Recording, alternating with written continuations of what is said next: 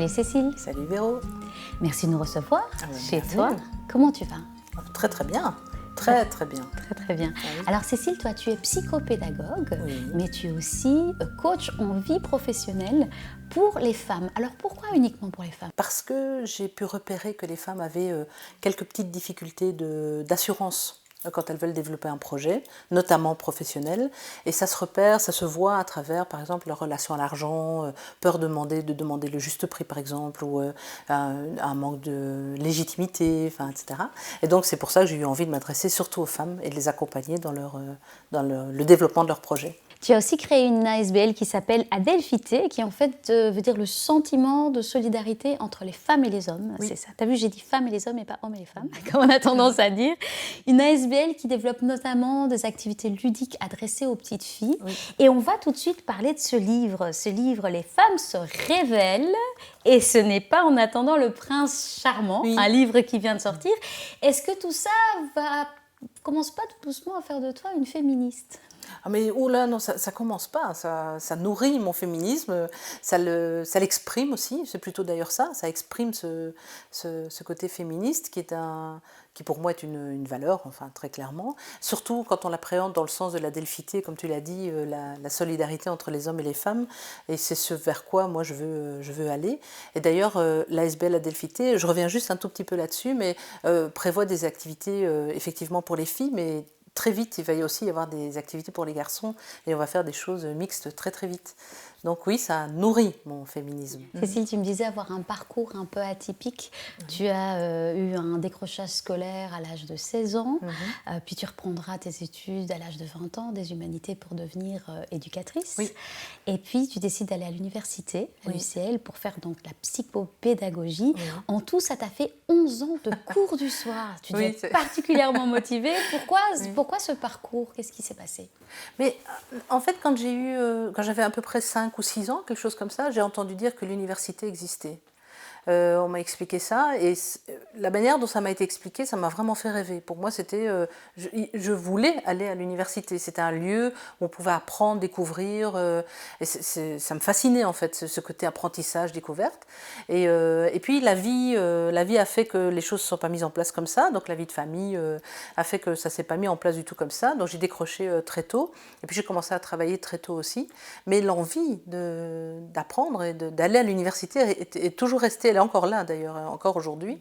Et donc effectivement, j'ai fait mes humanités en 3 ans, puis un graduat, à nouveau en 3 ans, puis une corde unique, puis le master, et puis voilà.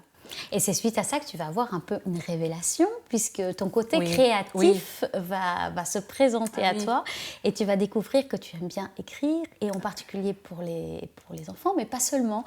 Et c'est comme ça que tu nous fais ce beau livre, Les femmes se révèlent, et ce n'est pas en attendant le prince charmant. C'est donc tu dresses le portrait de 12 femmes qui exercent des métiers investis par des hommes. Est-ce que c'est un livre engagé? Oui. C'est clairement un livre engagé, bien sûr. C'est un livre engagé, c'est un livre engageant, c'est un livre inspirant. Et les femmes qui témoignent dans ce livre sont engagées aussi, d'ailleurs, pour beaucoup. Pas toutes, mais beaucoup ont un discours dans le livre qui est engagé. Et agissent aussi sur leur lieu de travail dans un sens engagé, quoi. Moi, j'ai eu la chance de lire ce livre en primeur, et je t'en remercie. Les profils sont très divers et très riches, avec notamment justement une capitaine des pompières, une maçonne, une capitaine de l'armée de l'air, une chef du corps de la police, et j'en passe. Et comme on disait, ce livre, enfin ces femmes ont un dénominateur commun, c'est qu'elles sont vraiment toutes... je trouve qu'elles sont toutes généreuses. Oui. Elles donnent, et assez modestes aussi. Très très modeste. C'est émouvant parfois d'ailleurs, leur modestie. Véritablement, j'ai été émue par certaines remarques, certaines façons de s'exprimer, toute cette modestie qui était dans leur discours. Je trouve ça émouvant et inspirant, bien sûr. Et elles sont passionnées, partageuses, généreuses, enfin oui, elles ont toutes ces qualités. Je me suis d'ailleurs demandé à un moment si ce n'était pas une caractéristique féminine, parce qu'on cherche ça. Souvent on me demande, tiens, mais c'est quoi les caractéristiques féminines masculines? Pour moi, par exemple, c'est pas la beauté. La beauté, c'est pas une caractéristique féminine. Il y a de très beaux hommes, de très belles femmes. Donc, et donc, je suis en réflexion par rapport à ça. Et à un moment, je me suis dit, tiens, cette envie de partager, est-ce que c'est pas est-ce que c'est pas une caractéristique féminine peut-être? Je vois la chef étoilée Arabelle Merlan, c'est son premier objectif, c'est de partager cette passion qu'elle a envie de donner. Anne Houiben, la pompière, en parle bien, de ce qu'elle a envie de délivrer quoi, comme passion. Et ça, c'était merveilleux. Une chose qui revient aussi souvent, c'est qu'elles ne se sont pas posé la question de savoir si elles allaient faire ce métier d'homme, entre guillemets. Elles l'ont fait, c'est tout. Oui, c'est ça. Ça, c'est quelque chose qui revient souvent.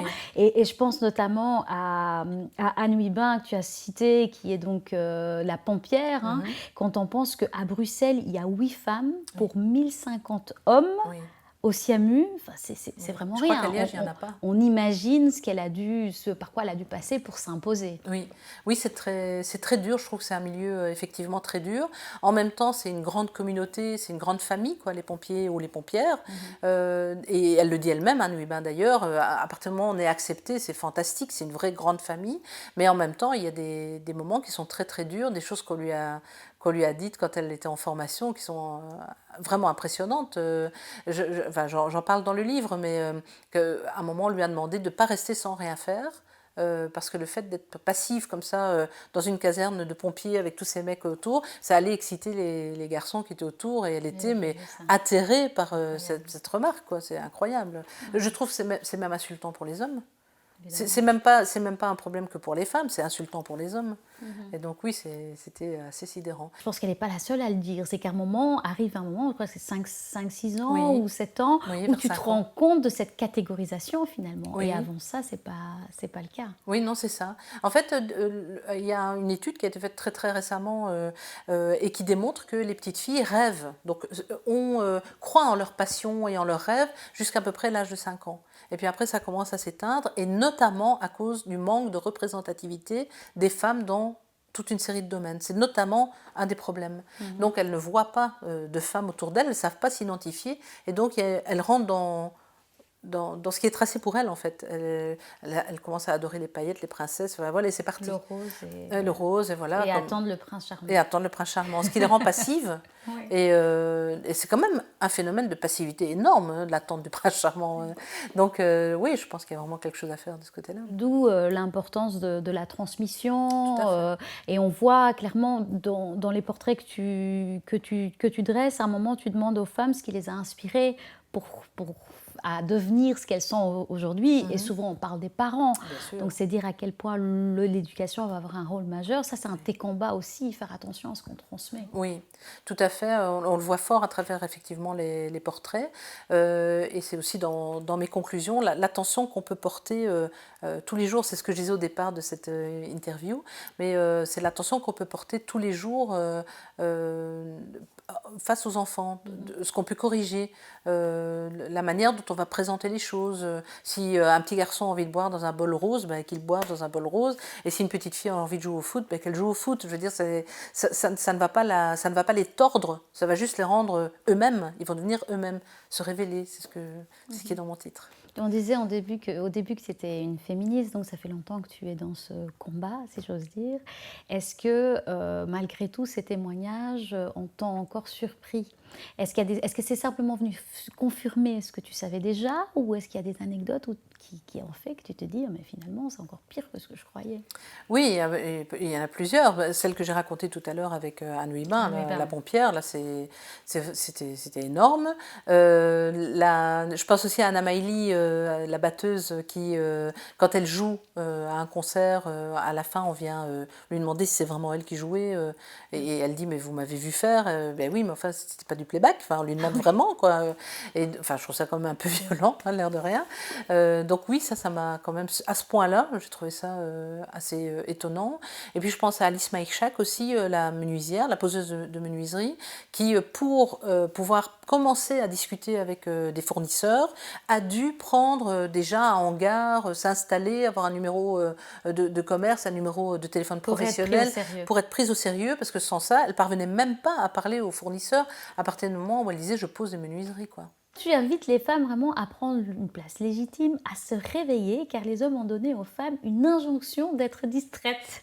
C'est Oui, comme ça que tu dis. oui, c'est très Alors, ancien. donc tu souhaites en fait ouvrir la voie rénale, contrairement à la voie royale. Alors, Oui. de quoi s'agit-il? Et ça, c'est un concept fait maison, la voie rénale.